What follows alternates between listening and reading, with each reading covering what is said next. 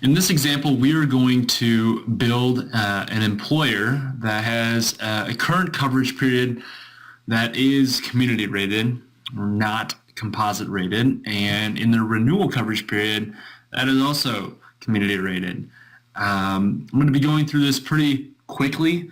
These videos are to be a supplement to the instructions that are posted to this lesson as well. Let us know if you can't find that. So I'm in my home screen here. I'm going to open up my prospective clients here, and CR to CR is what I'm going to open. If you're adding new, this is the first screen you'll find regardless, and you'll see you'll want to first build out your coverage periods. When I add my coverage period, you'll notice in the instructions that it says to hit no for the existing coverage period. It's because this shortcut of actually using or building both coverage periods at the same time is for when groups currently have a 4-tiered or composite rated structure. So I'm actually going to hit no here for existing coverage period, and I'm going to switch that to 2015. I'm going to change my dates to match that coverage period here, and I'll keep it at 1/1 for now. If it was off January 1, I would definitely suggest using or naming the coverage period the 2 years that the coverage period spans. As I just mentioned, we are currently community rated, so I'm going to mark that as such. I'm going to hit create, and I'm going to add my enrollment types like I would any other group. Now it's going to take you to the screen that is your conversion and import. This is the screen where the system will actually map different rate tables to your census, and it will actually spit out another sheet which we call the import, and that import is what are the mapped rates that you pull into the system. Before we move on from this, I would actually ask you to download the conversion template first.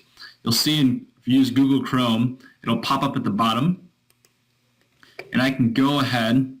I'm sorry, that's another sheet that we will be referencing. This is the one that was downloaded. You'll want to right away save it, and I'd recommend saving it to a client folder and using the naming convention as shown in the instructions, which is the client name, which we're just going to call this CR to CR.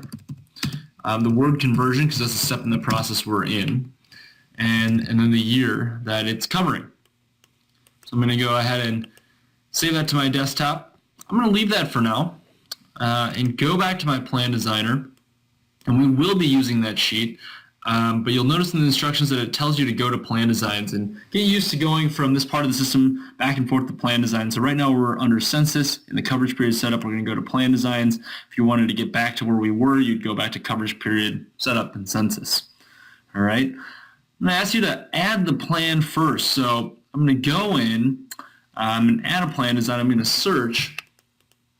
And I'd put everything in the employer database. You can actually build as you go as well. But let's go ahead and use the plan that we had in the library already. So I'm selecting the medical plan, same process, medical RX plan, premiums, and enrollment. I'm going to search for my RX plan or build it. When I get to the premiums, instead of composite rated, remember we're currently community rated, so I'm going to hit the community rated premium.